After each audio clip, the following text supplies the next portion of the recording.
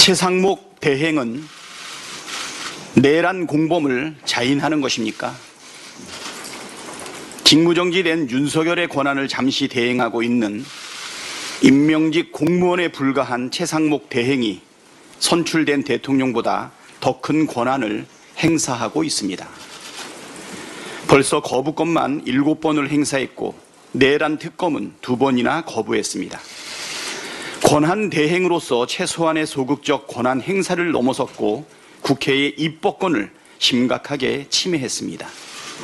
위헌적 요소가 없고 여야 합의 정신을 최대한 반영했음에도 불구하고 부득부득 여야 합의를 요구하며 내란 특검을 거부한 최상목 대행의 태도는 상식과 민주주의 원리에 정면으로 반하는 것입니다. 내란 공범으로서 처벌을 피하려는 속셈이 아니라면 도저히 있을 수 없는 행태입니다. 12.3 비상계엄 선포 당일 윤석열에게서 받은 예산 문건 내용을 확인하지 않았다는 말은 새빨간 거짓말이었습니까? 지난 예산 시즌 막판에 예비비 2조 1,000억을 증액해달라고 저한테 왜 그리 집요하게 요구했는지 의문이 아니 들 수 없습니다. 특검을 거부하는 자가 범인이라더니 내란 특검을 거부한 최상목 대행은 내란 공범임을 자인한 것으로 해석할 수밖에 없습니다. 최상목은 헌법 위에 군림하는 특수 계급이 아닙니다. 그가 누구든 대한민국의 국민이면 헌법과 법률을 따라야 한다는 것은 상식 중의 상식이고 공직자라면 더더욱 헌법과 법률을 지켜야 합니다.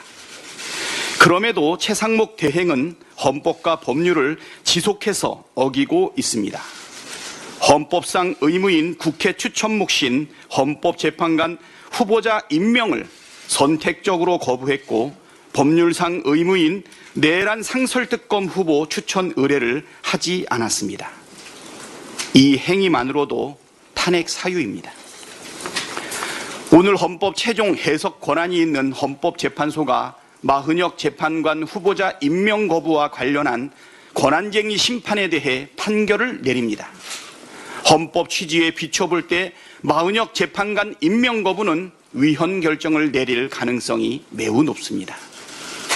만일 최상목 대행이 헌법재판소의 결정에도 불구하고 마흔혁 재판관을 즉시 임명하지 않는다면 이는 내란 공범이라는 결정적 확증입니다. 이번에도 책임을 다하지 않는다면 민주당은 비상한 결단을 택할 수밖에 없다는 점을 분명히 해둡니다. 민주당의 경고가 허언으로 그친 적이 없음을 명심하기 바랍니다. 국민 여러분께서도 민주당의 불가피한 결단을 해량해 주실 것이라 믿습니다. 헌법과 민주주의를 파괴한 내란 공범을 선처할 이유가 없습니다. 바늘도둑이 소도둑되면 처벌은 더욱 커지게 마련입니다. 민주당은 최상목 대행이 과거 박근혜 국정농단 당시 직권남용 권리행사 방해 혐의로 고발된 사건을 잊지 않고 있습니다. 최상목 대행은 미르재단과 K스포츠재단에 수백억 대의 출연금 납입을 강요한 혐의를 받았으나 박영수 특검 및 윤석열 수사팀장의 자의적 기소권 행사로 기소당하지 않았습니다. 공범인 안종범이 처벌받았고 뇌물수수 혐의로 박근혜가 처벌받은 점을 고려하면 특검의 불기소는 이해하기 어려운 일입니다. 처벌받아야 할 사람을 처벌하지 않고 대통령실 경제수석과 경제부총리로 임명한 것은 최상목 대행과 내란 수계 윤석열이 긴밀한 유착관계이자 공범이라는 강력한 증거입니다. 최상목 대행의 범죄 혐의에 대한 공소시효는 여전히 남아 있습니다. 민주당은 최상목 대행이 헌법재판소 결정마저 따르지 않는다면 내란죄 공범으로 간주하고 내란죄 고발을 비롯해 필요한 조치를 취하겠습니다.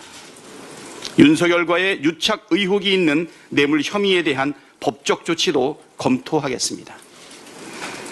바늘도둑이 소도둑되면 더 큰 처벌을 피할 수 없다는 점을 명심하시고 국민과 민주당의 인내를 더 이상 시험하지 마시고 이 어려운 상황을 극복하기 위한 권한 대행의 역할을 충실하게 해주시기를 간곡히 부탁합니다. 내란 속의 대행의 역할을 즉시 중단하시고 어려움을 극복하는 데 총력을 다해 주시기를 다시 한번 간곡하게 부탁합니다.